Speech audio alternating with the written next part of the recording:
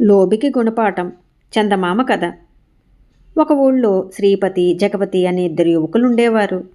శ్రీపతి సంపన్నుడు, జగపతి పేదవాడు. అయినా ఇద్దరికీ మంచి స్నేహం ఉండేది. ఒకనాడు వారిద్దరూ కలిసి గ్రామాంతరం వెళ్తూ ఉంటే ఒక ఊరి బావి వద్ద ఇద్దరు ఆడపిల్లలు చేతులతో నీరు తోడుకుంటూ కనిపించారు.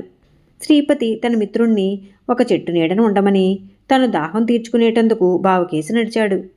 అంతలో అతనికి ఆ ఆడపిల్లలు మాట్లాడుకునే మాటలు వినిపించాయి. శ్రీపతి అంత దూరంలో ఆగి వినసాగాడు. రంగు చీర కట్టుకున్న పిల్ల తెల్ల చీర కట్టుకున్న పిల్లతో, లక్ష్మి, నిజం చెప్పు, నువ్వు ఎలాంటి మొగుడు రావాలనుకుంటున్నావు అన్నది. అనుకోవడానికి ఏం రోహిణి, నాకు పెద్ద కోరికలే ఉన్నాయి. బోలెడు నగలు చీరలు కావాలి, పెద్ద మేడ ఉండాలి, పనివాళ్ళు ఉండాలి, భోజనంలోకి చాలా కూరలు పిండి వంటలు కావాలి. మనం కావాలనుకున్నవన్నీ దొరుకుతాయా అన్నది లక్ష్మి. రోహిణి నిట్టూర్పు విడిచి, నాకలాంటి కోరికలేవీ లేవు తల్లి. ఉన్నదానితో తృప్తిపడటం ముఖ్యం. నగలు చీరలు ప్రాప్తాన్ని బట్టి వస్తాయి. తిండికేమిటి, ఇంత గోంగూర పచ్చడి చాలు. జహ్న చాపల్యం ఇన్ని బఠానీలు తిన్నా తీరుతుంది అన్నది. ఈ మాటలు విన్న శ్రీపతికి ఒక ఆలోచన వచ్చింది.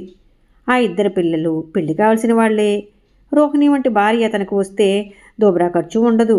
లక్ష్మి వంటి భార్య వస్తే పేదవాడైన జగపతి ఎలా తట్టుకుంటాడో చూడాలన్న దుర్బుద్ధి కూడా శ్రీపతికి కలిగింది.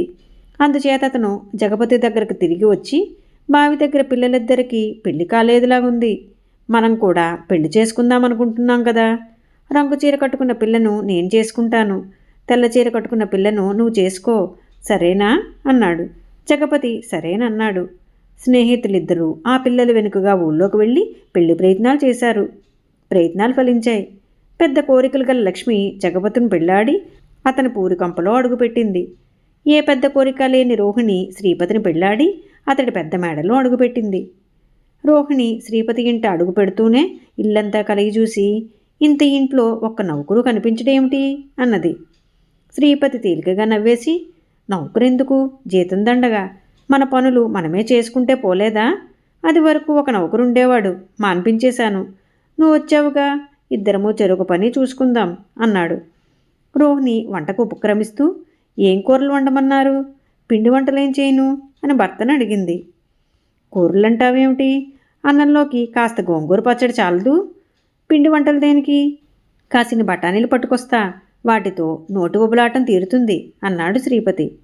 ఆ రాత్రి రోహిణి తన భర్తతో, మనకు ఇంత సిరి సంపద ఉన్నది కదా, నాకు మంచి మంచి చీరలు నగలు తెచ్చిపెట్టండి అన్నది. దానికి శ్రీపతి, ఇదిగో, నువ్వు ఇలా అడగకూడదు. సిరి ఉన్న మాత్రాన దండు ఖర్చులు చేయకూడదు. చీరలు నగలు దేనికి, తృప్తి ఉండాలి అన్నాడు. ఒట్టి లోబి అని రోహిణి తన భర్తను తిట్టుకున్నది. మర్నాడు శ్రీపతి నిద్రలేచేసరికి ఇంట్లో నలుగురు మనుషులు పనుల మీద తిరుగుతూ కనిపించారు. ఎవరు మీరు, ఇక్కడేం చేస్తున్నారు అని అతను వాళ్ళని అడిగాడు. పని మనుషులం బాబయ్య, అమ్మగారు ఇవాళ నుంచి మమ్మల్ని పనిలోకి రమ్మన్నారు అన్నారు వాళ్ళు దండాలు పెట్టి వినయంగా. ఏమిటి, ఏకంగా నలుగురే, పొండి, మిమ్మల్ని నేనెక్కడ భరిస్తాను అని శ్రీపతి అరిచాడు.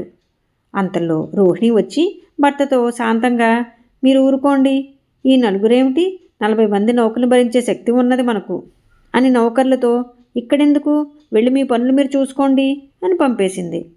శ్రీపతి భోజనాన్ని కూర్చోగానే వంటవాడు వచ్చి 4 కూరలు పిండి వంటలు వడ్డించాడు. నా కొంప గుల్లవుతున్నది అని శ్రీపతి అరిచాడు. మిస్, ఊరుకోండి, పనివాళ్ళు నవ్విపోతారు, మనం ఇంత తిని ఇతరులకు ఇంత పెట్టగలం, ఎందుకు బాధపడతారు అన్నది రోహిణి. మరో 4 రోజులు గడిచాక రోహిణి రకరకాల బట్టలు నగలు కొనితెచ్చి తన భర్తకు చూపింది. వాటిని చూసి శ్రీపతి, బాబోయ్, నేను బికారైపోయాను అంటూ బావురమని ఏడ్చాడు. రోహిణి అతని కళ్ళు తుడుస్తూ, ఏడవకండి, ఊరుకోండి అని ఓదార్చింది. ఏడవక ఏం చేయమన్నావు, ఆనాడు బావి దగ్గర నీ మాటలు విని మోసపోయాను, ఒట్టి అబద్ధాల కోరివి అన్నాడు శ్రీపతి.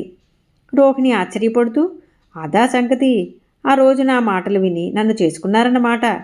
అయినా నేను అబద్ధాల కోరిని కాను, మనకు గతి లేకపోతే సరిపెట్టుకునేదాన్ని.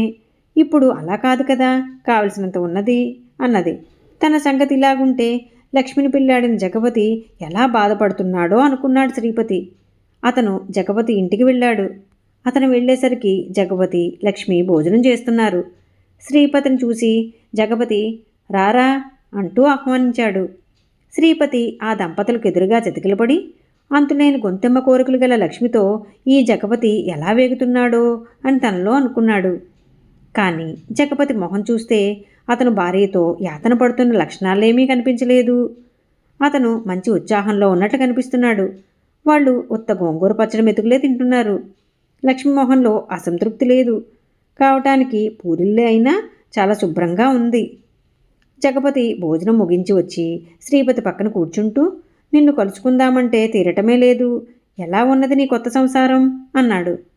నా సంసారానికేంలే, నీకంత తీరకపోవటానికి కారణమేమిటి అని శ్రీపతి అడిగాడు.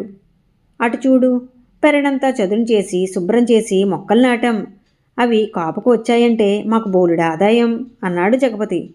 నీ భార్య కూడా నీతో పాటు శ్రమపడుతున్నదా? నగలు చీరలు కావాలని వేధించటం లేదా అని అడిగాడు శ్రీపతి. అదేమీ లేదే అన్నాడు జగపతి. అయితే ఆనాడు బావి దగ్గర జరిగిన సంభాషణ తారుమారైందన్నమాట అన్నాడు శ్రీపతి. తారుమారు ఏమీ లేదు అన్నగారు. ఆనాడు నాకు ఆ కోరికలన్నీ ఉన్నమాట నిజమే. కానీ ఇప్పుడు ఉన్నదానితో తృప్తిపడటం నేర్చుకున్నాను అన్నది లక్ష్మి. శ్రీపతి గుణపాఠం నేర్చుకున్నాడు. సంపద కోరికలను వృద్ధి చేస్తుంది, పేదరికం వాటిని అదుపులో ఉంచుతుంది. ఈ కథ మీకు నచ్చినట్లయితే లైక్ చేయండి, షేర్ చేయండి.